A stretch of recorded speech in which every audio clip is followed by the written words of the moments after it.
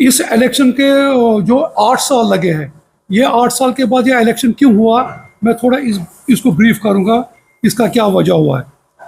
2016 तक जेकेसी की जो बाज़ाब्ता बॉडी थी, जो यहाँ के ऑफिस बेयर्स थे, उसके बाद 2016 में कुछ मेंबर जो हाई कोर्ट में चले गए, उन्होंने पिटीशन फाइल की और जहाँ उन्होंने प्रेयर में ये मांगा है कि जेकेसी में एडमिनिस्ट्रेटर्स को लगा दूँ।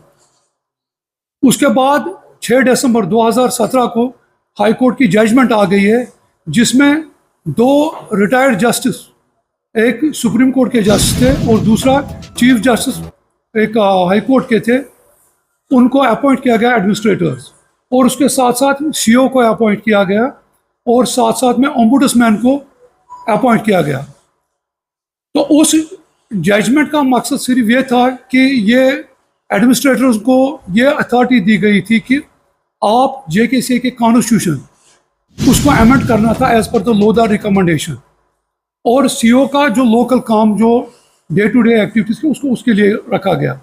और ओम्बुड्समैन को इसलिए अपॉइंट किया गया क्योंकि 12 क्लबों का डिस्प्यूट चल रहा था, उसको वो सेटलमेंट करने के लिए ओम्बुड्समैन को अपॉइंट किया गया।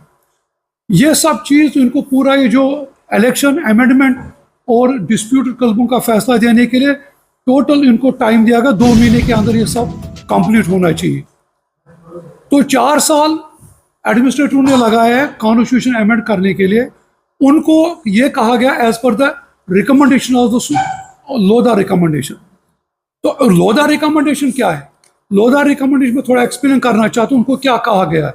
लोधा रिकमेंडेशन में अमेंडमेंट करनी थी, बेसिक स्ट्रक्चर तो वो चेंज नहीं कर सकते। जो सुप्रीम कोर्ट की जजमेंट 2016 में आई, उसमें डायरेक्शन बाज़ाब्ता ये है कि जो बेसिक स्ट्रक्चर है, यानी कि जो बेसिक मेंबर्स हैं, उनको ये चेंज नहीं कर सकते थे, जो भी एडमिनिस्ट्रेटर है दूसरे स्टेटों पे भी।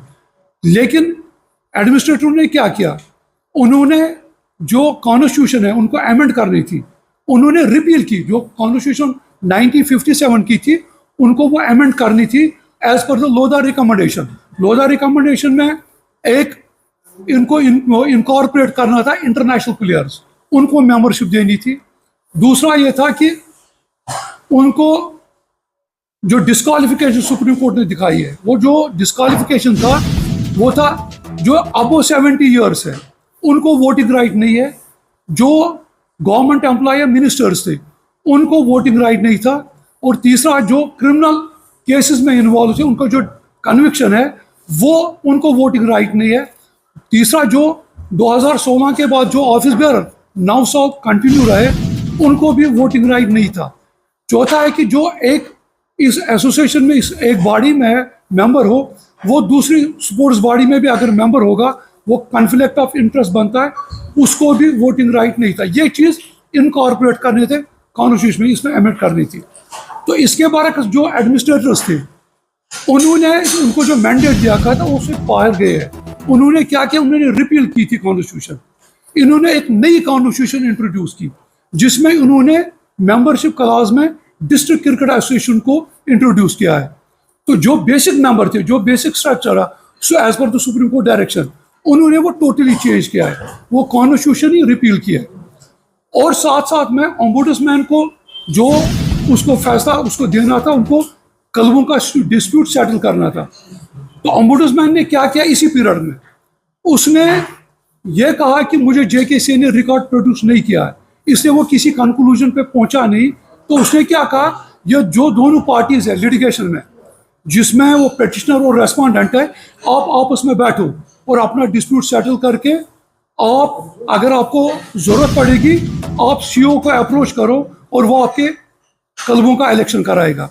साथ साथ में वो इलेक्शन जो है वो as per the rules and regulation of 2018 जो एडमिनिस्ट्रेटर ने बनाए थे, उसी में उसी कॉन्स्टिट्यूशन के हिसाब से आना है। क्योंकि मेंबरों ने जो एग्रीवेड पार्टीज थे, उन्होंने ये सब जो एक कॉन्स्टिट्यूशन जो 2018 में बन गई है उसको, और जो ओम्बुड्समैन ने फैसले दिए, जो कंप्लीट जो उन्होंने एज इट इज़ रखा है, उसको चैलेंज किया गया हाई कोर्ट में।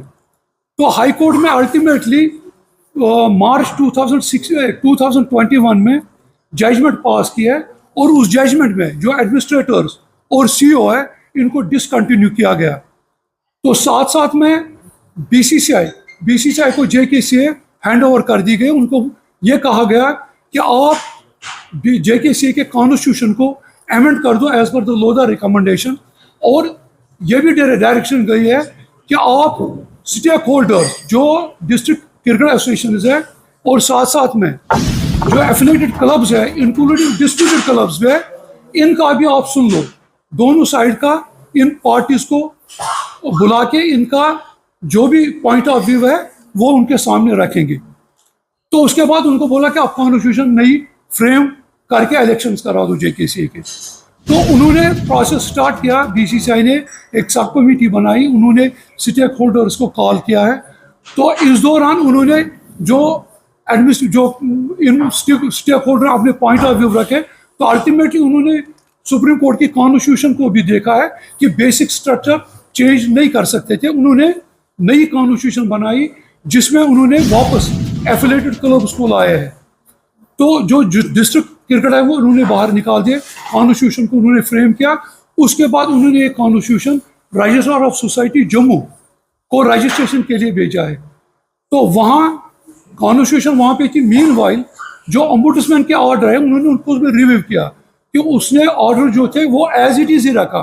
तो इन्होंने नए ओम्बुड्समैन को अपॉइंट किया ताकि डिस्प्यूट को भी सेटल करेंगे, उसके बाद जेकेसी के इलेक्शंस होल्ड करेंगे। तो लेकिन रजिस्ट्रार के पास कुछ मेंबर्स गए, उन्होंने कंप्लेंट फाइल की, वो कॉन्स्टिट्यूशन वहीं पर रही। मीनवाइल दो क्लब, एक youth cricket club Jammu, youth cricket club Bhadarwah और यहाँ का कश्मीर क्रिकेट क्लब श्रीनगर, इन्होंने एसएलपी एक फाइल की सुप्रीम कोर्ट में। तो जिस एसएलपी का रिजल्ट 27 अक्टूबर 2025 में सुप्रीम कोर्ट ने जजमेंट पास किया। उस जजमेंट में सुप्रीम कोर्ट ने बीसीसीआई की कॉन्स्टिट्यूशन जो उन्होंने बनाई थी वो अप्रूव की है, वो कॉन्स्टिट्यूशन। और साथ साथ में उन्होंने एक former chief election commissioner AK ज्योति उसको अपॉइंट किया कि वो जेकेसीए का इलेक्शन कंडक्ट करेंगे with in the period of 12 weeks.